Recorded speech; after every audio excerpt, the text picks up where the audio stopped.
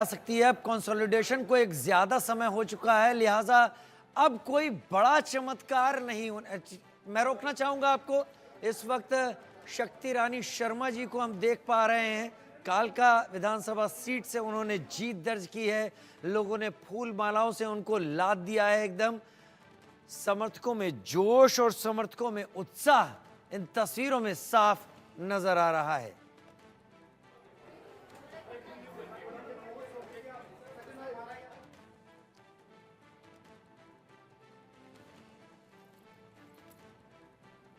तो आप तस्वीरें देखिए इस वक्त टीवी स्क्रीन पर। शक्ति रानी शर्मा जी कालका विधानसभा सीट से बीजेपी के टिकट पर जीत गई हैं। उन्होंने 10,201 वोटों से विरोधी को मात दी है। एक एक करके अब अलग अलग जगहों के नतीजे सामने आ रहे हैं, क्योंकि शुरू में दोपहर तक ये कहा जा रहा था कि चीजें अभी बदल सकती हैं। अब खैर शाम के 4 बजने का समय है, 4 बज गए इस वक्त, और 4 बजे का वक्त ठीक। अब चीजें पलटती हुई नहीं, अब ये तय माना जाए 51 सीटों पर बीजेपी यहाँ आगे है, 34 सीटों पर कांग्रेस है। आम आदमी पार्टी और जेजेपी को फिलहाल कोई सीट नहीं मिली है और अदर्स 5।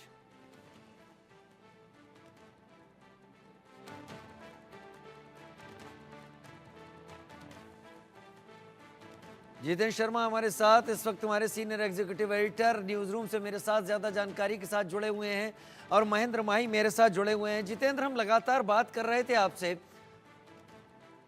सिरसा से महेंद्र माही हमारे साथ इस वक्त जुड़े हुए हैं। पहले मैं महेंद्र माही का रुख कर लेता हूं। महेंद्र, वहां की तस्वीरें दिखाएं, क्या चल रहा है वहां पर?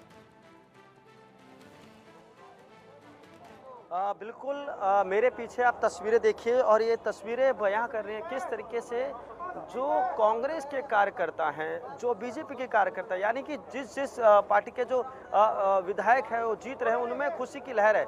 क्योंकि देखिए 5 तारीख को जब पूरे हरियाणा में 90 विधानसभा के उस पर चुनाव हुआ था, वोटिंग हुए थे, तो कहीं ना कहीं देर शाम तक ये रुझान आए थे कि आने वाले समय में कांग्रेस जो हरियाणा में सरकार बनाएगी, और ऐसे में उनको जो सीट है 60 के आसपास सीट मिल रही थी। मगर आज जब काउंटिंग का दिन था तो कहीं ना कहीं सुबह 7 से 8 बजे और 9 बजे के तकरीबन सभी कांग्रेस के कार्यकर्ता कहें या बड़े लीडर की बात करें, उनके घर में जश्न का माहौल था, दिवाली जैसा माहौल था, लोग पटाखे जला रहे थे। मगर 10 बजते ही जो पूरा मामला है बिल्कुल पलट गया, यानी कि जहां खुशियां थी वहां सन्नाटा पसरा था, और जहां सन्नाटा था वहां खुशियां आ गई थी। क्योंकि हमने देखा किस तरीके से रुझानों में जो एग्जिट पोल थे उसमें कांग्रेस को 70 सीटें मिल रही थी और भाजपा को 17-18 या कहें मैक्सिमम 22 सीटें मिल रही थी। मगर ऐसा देखिए फिर एक बार जैसे 2019 में कहेंगे कि भाजपा ने सहयोगी दलों के साथ सरकार चलाई थी, मगर इस बार 2024 की लड़ाई की बात करें तो यहाँ खुद वो अकेले सरकार चलाने के लिए पूरी एक तरीके से तैयार है। वहीं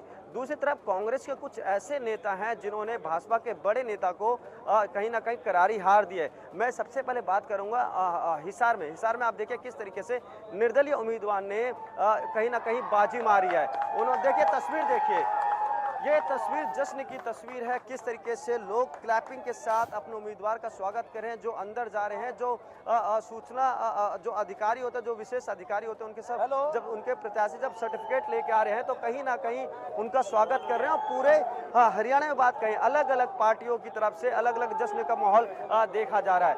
ऐसे में तमाम जो लोग हैं, ये खुशी की आवाज़ जो आप देख सकते, देखिए किस तरीके से अपने अपने पार्टी की कहीं ना कहीं आवाज उठा रहे हैं, उनके लिए क्लैपिंग कर रहे हैं। तो ये दिखा रहा है, इसमें बेशक बीजेपी ने एक अच्छी खासी जीत हासिल की, मगर ये भी देखा जा सकता है कि किस तरीके से कांग्रेस के जो कार्यकर्ता कहें या पार्टी के विधायक ने अच्छे जो, जैसे मैं माफ कीजिएगा, हिसार की बात करें तो हिसार में जो निर्दलीय उम्मीदवार है, देखिए ये बीजेपी के कार्यकर्ता, बात कीजिए इनसे बात कीजिए, नारों की जगह इनसे बात कीजिए। उनके स्वागत कर रहे हैं।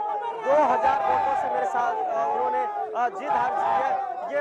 ये बताइए क्या नाम है आपका? नरसिंह बिश्नोई। कितने वोटों से आपके विधायक ने जीत दर्ज किया? अच्छे वोटों से जीत की है, बहुत ही बढ़िया वोटों से जीत की है। मेहनत थी, बहुत बढ़िया वोटों से जीत की है, मैंने कह दिया ना, बहुत बढ़िया। भव्य बिश्नोई 2050। देखिए जो भव्य बिश्नोई है उन्होंने 2050 वोटों से जीत दर्ज की है।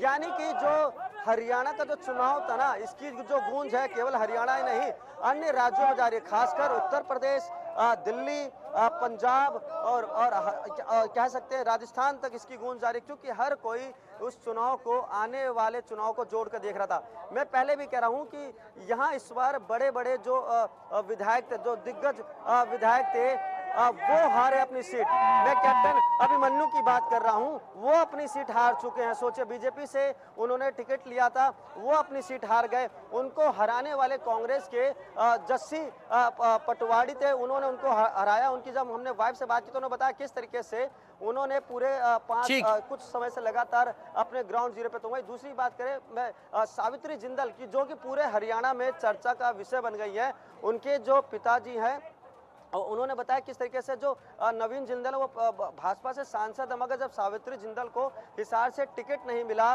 विधायक का, तो उन्होंने निर्दलीय ही उम्मीदवार की चुनाव में हिस्सा लिया और तकरीबन 22,000 वोटों से उन्होंने भाजपा के कमल गुप्ता को हराया। ऐसे में देखा जा सकता है एक तरफ भाजपा की तो बड़ी जीत है ही 2019 के मुकाबले, मगर कांग्रेस के भी हम कह सकते हैं कुछ ऐसे विधायक, ऐसे कार्यकर्ता हैं जो बहुत ही भारी मतों से जीत के आए हैं। अगर आप पीछे मैं एक बार तस्वीरें दिखाऊंगा, देखिए लगातार जो कार्यकर्ता है, ये तस्वीर एक तरीके से हमारे कह सकते हैं जो चुनाव की एक प्रक्रिया होती है उसकी सुंदर तस्वीर निकल के आती है। एक तरफ वो कार्यकर्ता जिनके पार्टी के नेता हार गए हैं कम मतों से या भारी मतों से जो जीते हैं, ये दोनों मौजूद और एक दूसरे के लिए कहीं ना कहीं स्वागत कर रहे हैं। जो तमाम कार्यकर्ता हैं, उनके जो नेता हैं, आप देखेंगे काउंटिंग सेंटर के पास तमाम पुलिस बल तैनात हो, उन्हीं को ही अंदर ले जाया जा रहा है जिनके पास वैलिड पास है। यानी कि जो जीता हुआ प्रत्याशी है वही अंदर जा सकता है।